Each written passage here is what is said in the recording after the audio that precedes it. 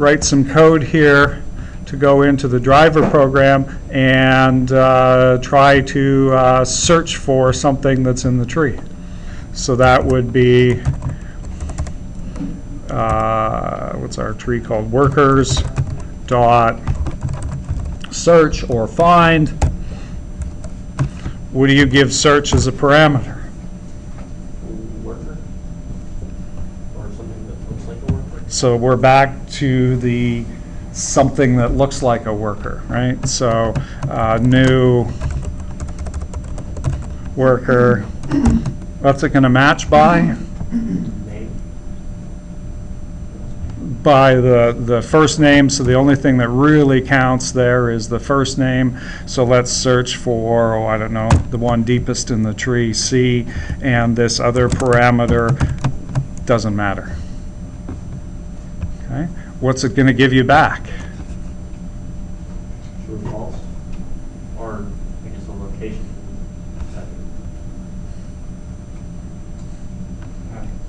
This guy is the imposter, so he's not the real one. So the thing that needs to come back is the true worker who's actually in the tree. So we're making that looks like one again. So what we'll get back here is the actual worker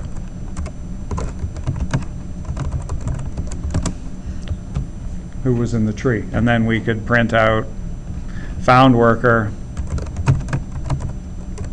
and hopefully that should be the worker with the complete information, so the one that has a C also for his job description. Hopefully the toString actually printed that out.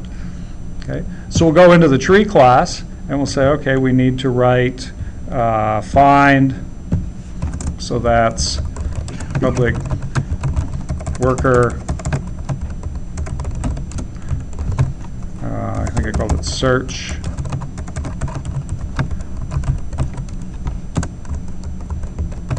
And we're going to send in one that looks like the one we want.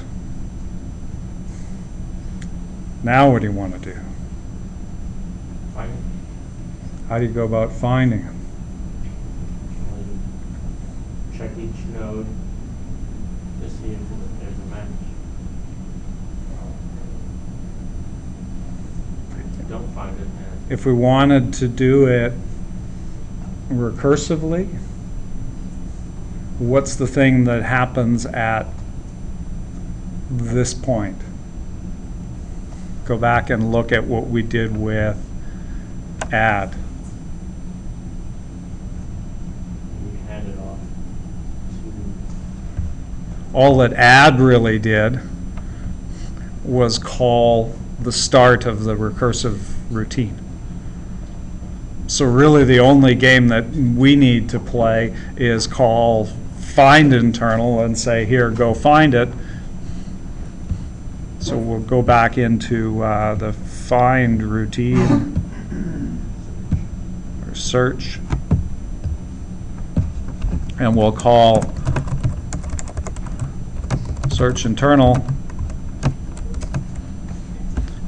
What information are you going to give search internal? it looks like. And The current node. where to start looking, which really could be anywhere, but we'll guess it's the root. Any bad things that might happen while we're here? The tree is empty. Tree is empty, so worst case is we can kick that out. If root happens to be null, then there's nothing there, so we'll just send back a null. What happens if Ruby is Well, then we'll let the search do it. What's search going to give back? So in this case, search is actually, since this is a generic thing, this isn't actually a worker, this is an E-type thing, just to get it right. And the thing that comes back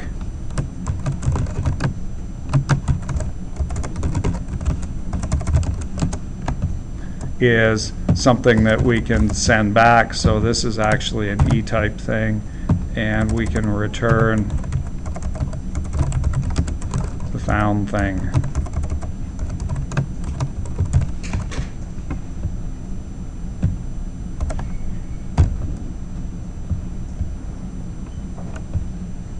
Okay, so search internal is private.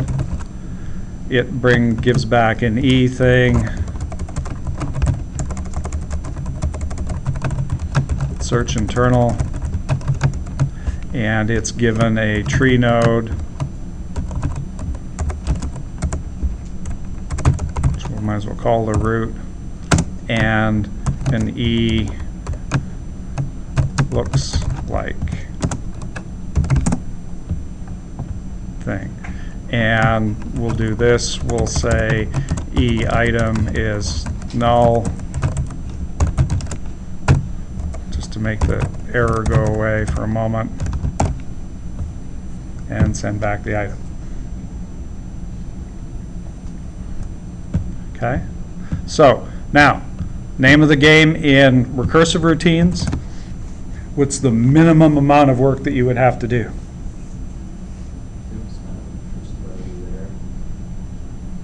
Compare what you're looking like to what is in the current node. So just the current node. The trick here is for recursive routines is just focus on the single simple thing that you have to do, and don't worry about the fact that there's a whole bunch of work out there. Okay? So how do you know if you found what you're looking for? It's the difference between the two objects. So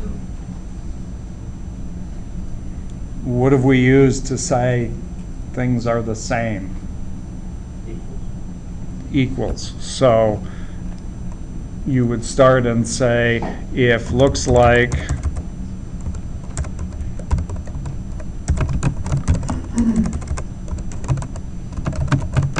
equals root dot item return root dot item.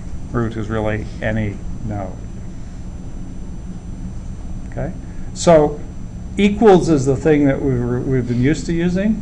Unfortunately, the tree is the one thing, well actually one of a few things, that doesn't use equals for matching.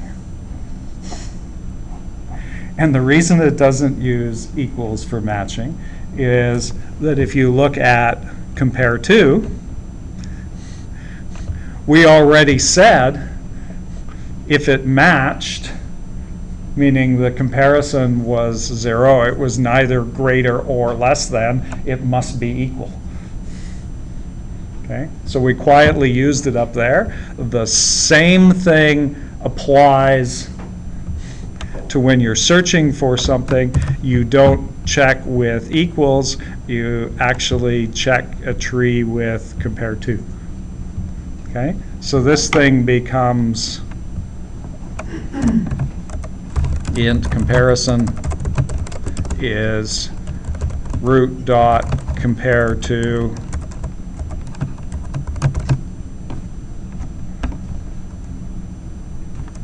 looks like, we'll do it this way, looks like dot compare to root. Can't. So it's always going to be dot item. Is there a little trick that we can play instead of always using root dot item? The problem here is that we're not ever dealing with the same thing here. One of the things is a tree node, and the other thing is the actual thing that we're storing in the tree. So every time you go to check, you have to go, oh, okay, I don't have a tree node, I actually have a actual thing, and so I actually have to call root dot item against the other one. Put the item into a tree node. It would be nicer to compare item to item or node to node. But the problem is you still have to dig items out of nodes, so comparing item to item is sort of ugly. But what we could do is we could compare node to node. And so one of the tricks to the game, just to make the code a little simpler, is to change search internal, so what it takes is a node And what we can do here is we can make a new, tree node. So what we can do here is we can just make a new tree node with looks like encased inside the tree node. Okay? And now when you do the comparisons, you're always comparing node to node, so this just becomes looks like compared to the root of the tree, and the compare to in node does the dirty work of saying, oh, node to node really means item to item. Okay? So that cleans up the code a little bit. Now you don't have to worry about it. Okay? So we take the comparison, we say if the comparison is exactly equal to 0, then we found the one we're looking for. So we can return root dot, and in this case it has to be item because you can't send nodes out. Okay? What if it's not the same? You have to check if it's greater or less than. We've got greater than or less than already from the comparison, so if the comparison comes out as less than,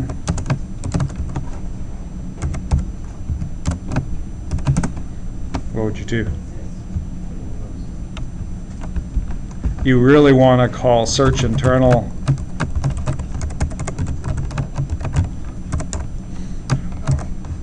with whatever's on the left, which is root dot left side, along with the thing that you're trying to find, which is looks like. Okay, so again, that's one level deeper on the left-hand side of the tree. This is let somebody else do the dirty work. And what goes on the left-hand side? They're giving you back the thing that they found, which is they either find it or they run out of things to look for. So what should you do with the value that comes back? If we put it into an item,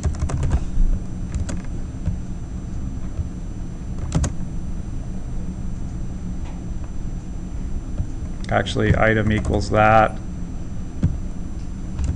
You could do it with the else, I guess.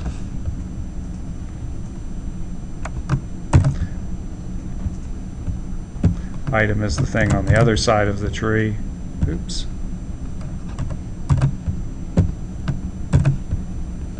On the right-hand side of the tree.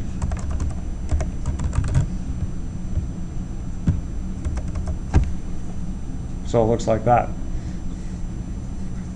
So if you just think about the left side, we call somebody to look on the left side. If they find it, we just send it back. It's whatever he said, right? It's got to be over there someplace. It either is or it isn't. Whatever you say is good with me. Send it back. You'll see it written like this. The other way that you'll see it written, the sort of the shortcut way, is to just do that.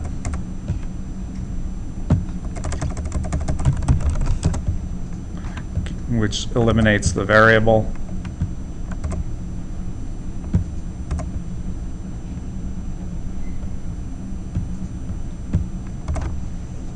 And shortens it up a little bit. Okay, same difference either way. So that's the short version. Oops. Okay. By the way, that looks almost identical to the code for add. The only difference is that after you end up at the place where there's nothing, all that add does is just add it in. Search does almost exactly the same thing. Okay, so questions about that one?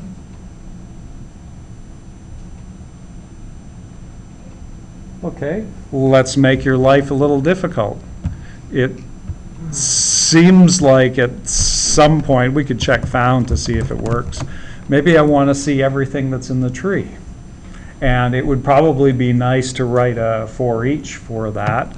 So that would be for worker who in all of the workers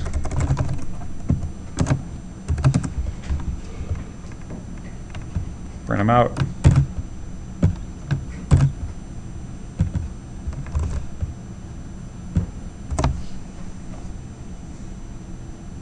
Should be able to get that working.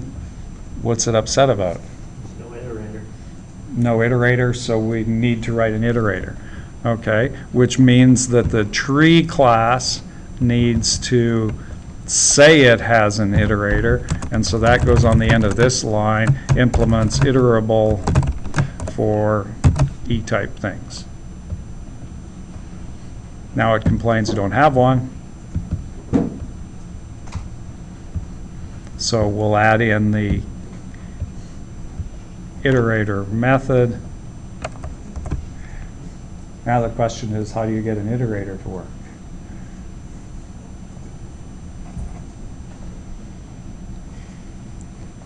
Suppose we want to do it recursively.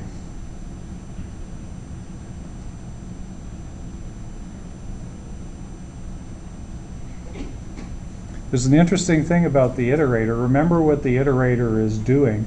It's remembering where it is so that the next time when you come back to it, it can continue on from that place. Okay? But there's a subtle little problem with getting the iterator to work recursively. The problem is that if you were to say, okay, I'm here, I'll give you this one. As soon as you return from where you were, what happens to all the information you had about where you were? It goes away. It goes away, because we're using the Java stack to keep track of things. So the instant you say, oh, return because I found it, the next time somebody comes in, they're starting at the top of the tree again. Okay? In order to go get the next one. Okay?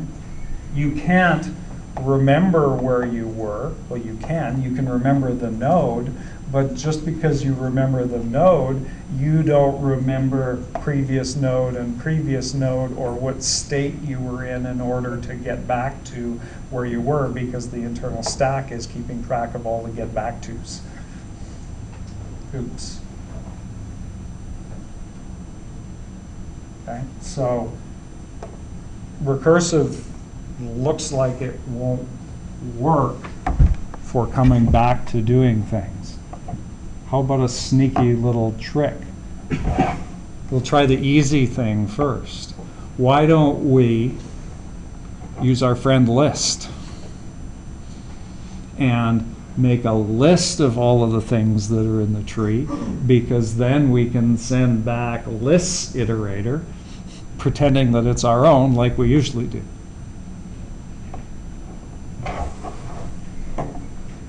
Okay, so there's two things. One is we have to somehow assemble everything into a list, and then the other thing is we have to hand back the iterator afterwards. It's not quite perfect, but it'll sort of work, so we'll give it a try. Okay. So this iterator is just going to return, well, let's work on this. We'll call it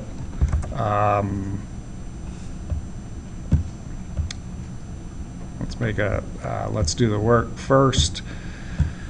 Just trying to think of the best way to do this. Let's think about it for a minute. Let's make a new array list.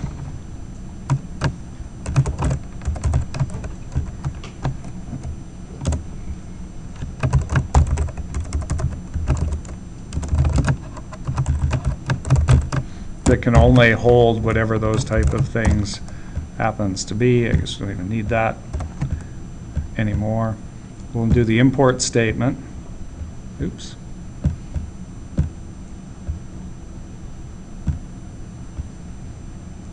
Get the correct one. And then we'll just return all items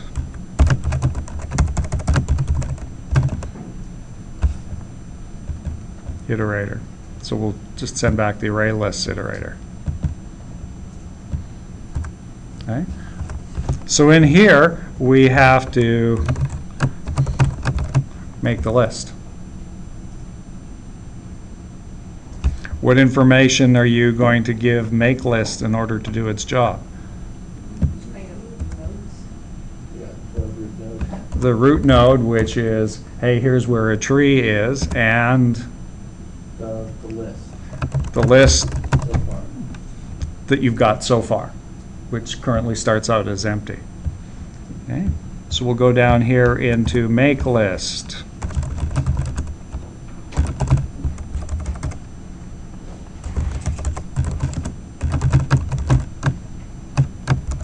So it's taking a tree node that's the root, and it's taking all items, which is a list of E-type things,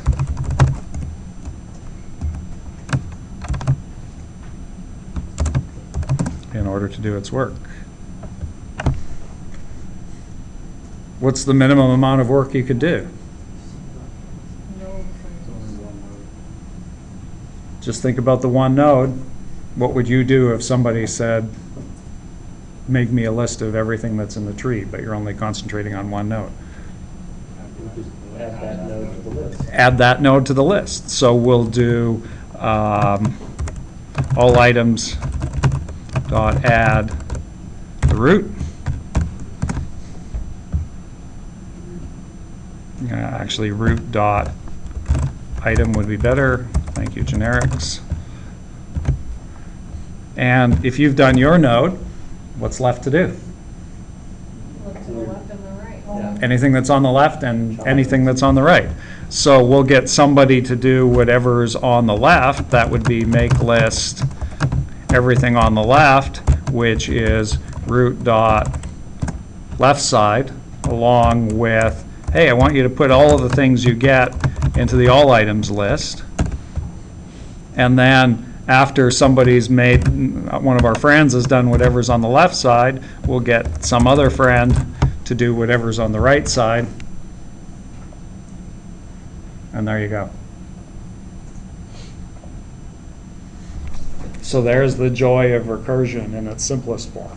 Get the thing started with, oh, just do the root with an empty list. And now all that people do is say, oh, I'm only concerned with my single level.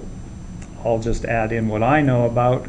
And then you hunt around for friends and go, oh, somebody else can do the left side, somebody else can do the right side, and I'll just sit and wait till you're done. You want to kick out an error if there's no right side. Well, yeah, the problem with this is sooner or later, we need to know when to stop. So there's the last little trick of recursion is, when do you stop? Root equals null. If root equals null, so we'll go in here and we'll say if root equals null, nothing to do here, return.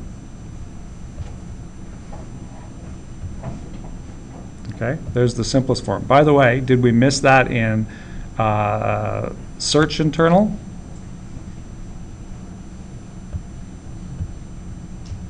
Same thing here. You can't do the comparison on the root node if there isn't one. So search internal should also kick out if root happens to be empty. Nothing to do. Didn't find it. Okay. A couple of things about this one. If you think about this tree and it's sitting here, what's our code going to do? Oh, this one doesn't match. In the case of not match, what does the code say next? Go to the left node, go to the right node. It actually calls somebody to go and check and gives them an empty, and says, is there anything there? Okay, so there's actually sort of a dot, dot, dot, let me call and try to check against the null that's there, dot, dot, dot, let me go down a level and get the null and check to see whether or not it's there. How many nulls are there at the bottom of this tree? 6. 7. 9. A whole lot of them. Interestingly enough, And the bigger your tree gets, the more. same number of nulls as there are entries in the tree. Oops. So the bigger your tree gets and the more it fans out, the more nulls that you get. Recursion costs you a little bit. So how could you simplify the code or change the code in this case to make it more efficient? You could check to see if the next are nulls before you call the recursion. Yeah, here, rather than blindly going and sending a null down a level, you could put an if statement that said, oh, if the left side of the tree isn't null, then call that. If the right side of the tree isn't null. So an if statement in there will make this thing more efficient. I'm leaving it like this on purpose because I think I want you to see that the recursion is there, and that just makes it blindingly obvious that the recursion is there. Okay. One more question about this thing. Let's do the simple case.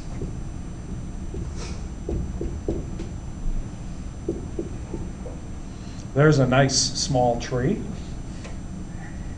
If I am doing the recursion the way we're doing it, what order am I getting things out in? Middle. 10, 5, 15. Now officially, iterators say as long as you get all the things back, the iterator is happy. That's the official definition. But what order would you like to see them in? Numerical order. Numerical order, so anything that's on the left, this one, and then anything that's on the right. So here's the sneaky business. What you do in the recursion is you just change that thing to do exactly what you said you wanted to do, which is do the work in the middle. So I'm going to get whoever's on the left to do however much is on the left, then I'm going to do the one thing that I have to do, and then I'm going to get everybody on the right below me, however many there are, to fill out the list there. You just sort the list after it's done, maybe. You could sort the list after it's done, but in this case, we might replace the list class with something that doesn't sort. And so we're really trying to get the tree to sort for us in this case. And so we get it as a side effect of the tree if we just go through the tree. Okay? So if we take that thing and run it,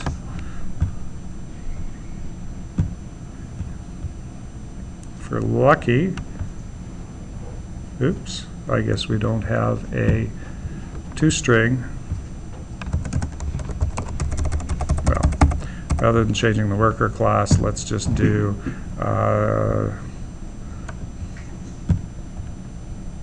who dot get first name.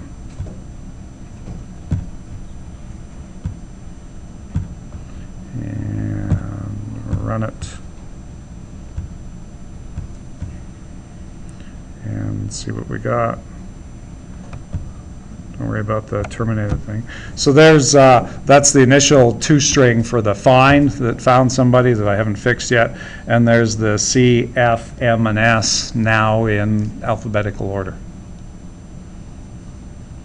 Okay, so by virtue of running through the tree recursively in that direction, you basically get sorting coming out for free.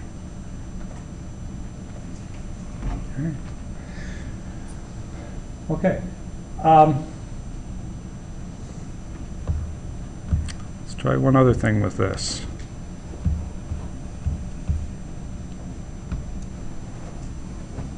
That's that's basically all the tree has to do. It's normally used for, you dump things in, you use it for really fast finding a whole bunch of times, right? So you can think of the 911 operator loads in the database of all of the people in Victoria by last name, first thing in the morning, fires it all up. It takes 30 seconds or so to load in 100,000 names of people in Victoria or whatever that are in the phone book, and then from then on throughout the day it's just find. And so the find ends up being really fast for the rest of the day while they're doing their work. Okay, we've got one other thing to worry about here. Suppose that somebody wants to be removed. Now the fun begins. What's the easiest case of remove? Someone at the end of the node. Someone who's sitting at the very end, which in official terminology is called a leaf node. Okay? So if somebody says remove 150, how do you remove 150? You set it. You go up a level and Go up a level, find the parent essentially, and Set that change the branch. parent's left to wipe that thing out. Okay. Now, there's a couple of ways of doing that. One way is that we know that searching is relatively efficient. So you could just simply, no matter how big the tree is, go back up to the start and work your way down to find the parent by finding the one that's referring to the one that you're trying to delete.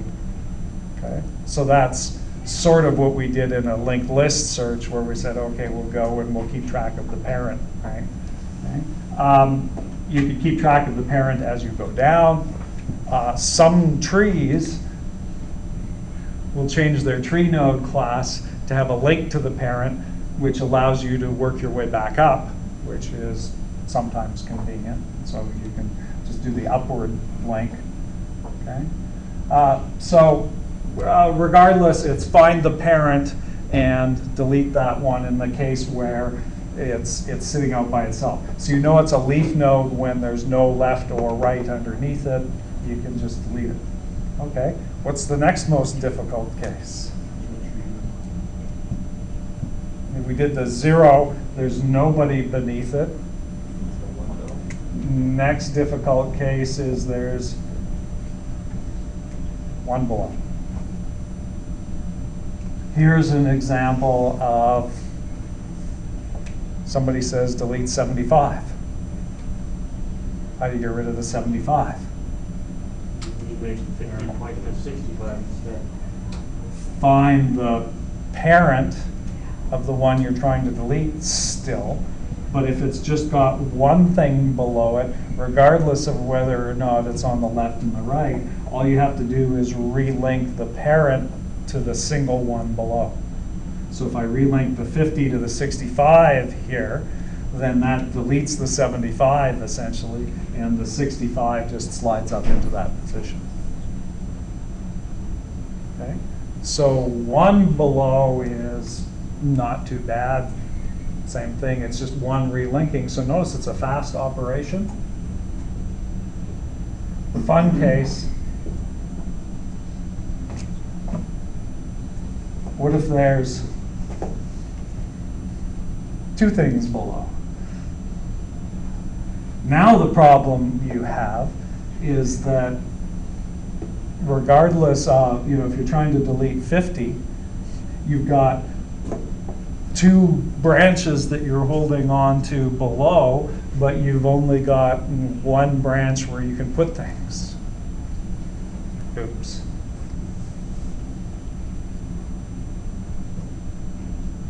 Welcome to how you get your master's degree or doctorate in computer science in the 1960s or 70s.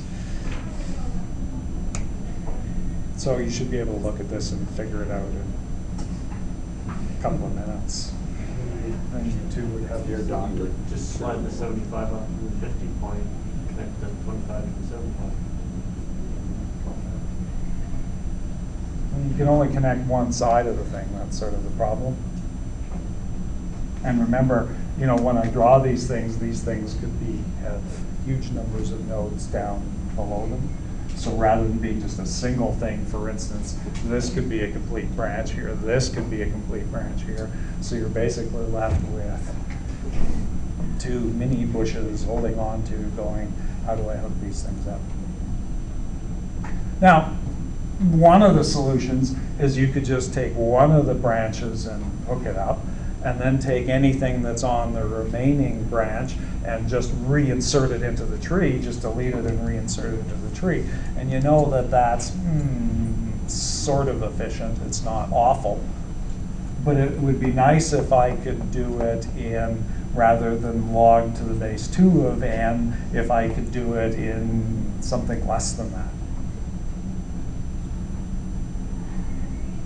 Okay. Well, here's the sneaky trick.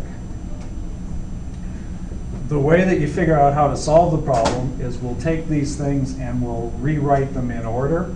So let's just do this for a second. We'll turn it back into a number line like we started with, 50, 65, 75, 100, 150,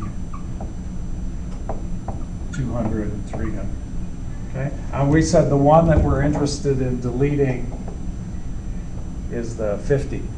And just for fun, I'll hang something else down below this one.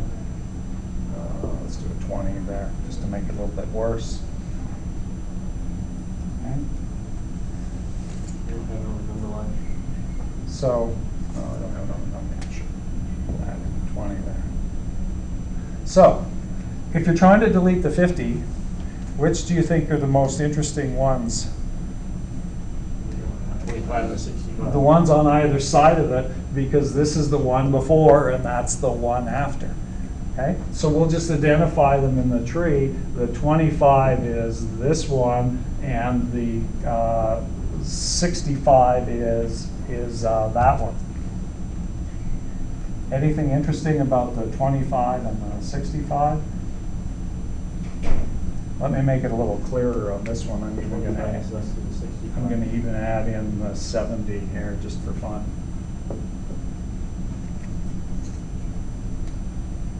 It's a very special property about those nodes. And you have to go back to thinking recursively a little bit. If you've gotten to this point, you've said everything that's below on the left side. Anything on the right side would be between you and the 50. But if you're immediately before the 50, there can't be anything on the right side, because otherwise that would be the thing that would be said. Got the logic of that? So it turns out that when you're trying to delete this one, the right side of the one immediately below and down this way is always going to be empty. Because if it weren't empty, it would be the one immediately preceding. So it has to be empty by definition. And conversely, on the other side of the tree, this one's maybe a little bit easier to see. If you go down a level and then all the way to the left, which is what the recursion is doing, right? I've done this one, I've done me. Now I need to head all the way to the left to do the next smallest one. The rule is that there can't be anything on the right side here, because if there were something on the right side, it would be smaller than the 65, and it would be the one that was sitting in there. Even the left side. Okay, on the right side over here. Okay, so it has to be the one, or sorry, immediately larger than that one in order for it to work out. Okay, so now you know the next sneaky trick is to say, well, okay, we'll choose one of these, and let's suppose it looks like this. What you do is you take now here's the sneaky part. This is the one you want to delete, remember. This is the one that's the interesting one. you take the 25 and you copy it up over top of the 50, which is just basically replace the item to store thing. Okay, so we've now put the 25 in place of the 50. So now it's like, oh, we need to delete the 25. How do you delete the 25? Do the same operation in personally. No, all we have to do is, if we're already here, if we've copied this thing up to there, then this is just the same case that we had previously. There's one below, so all that you need to do is link the now 25 to the 20, and that gets rid of the 50. Okay? So the rule, if you want to do it the other way, just to refresh you, is if you want to delete the 50, using the right side of the tree, what you do is you go down one level, all the way as far as you can go to the left. That's the one just after the 50. You take that one and you copy it up over top of the 50, which puts the 65 there. Then if there's anything left that's either empty or just one thing, it can never be two things. So you hook any remainder up to that thing and it will be just fine. So you replace that thing with there and off you go. So even if this has an extra chain of stuff dangling on below here, it still just means you hook the 75 up to the 70 and it's all got to be less than, but before that thing. It's a beautiful little trick. Okay? So it turns out that removal is actually really simple. Right? It's just find one level down and then all the way down to the right, or one level down and then all the way in that direction. I think I got it wrong. One to the left and then all the way to the right, or one to the right and all the way to the left. Copy that up to whatever you want, and then relink any remainder up to the other node, and you're done. And it turns out that that's a fast operation because you've only had to basically search for, drop down and search for that guy. It's fairly quick. Okay? So removal boils down to basically three cases, three relatively simple cases. You write those cases, and removal is dead simple from a tree. Okay? We're not going to do it, but it's there. We're not going to write the code for it. There's a few little sub cases of these, of empty or not empty, to not worry about, but those are the three cases. Okay, one last thing to sort of finish off trees. This is what you do for removal. What do we do if we want to make sure that a tree is never the wrong shape, that we don't get a scraggly tree? Here's an example here of the tree growing scraggly, because we should be able to fit it all into this level someplace. What do you do to fit the 70 up a level?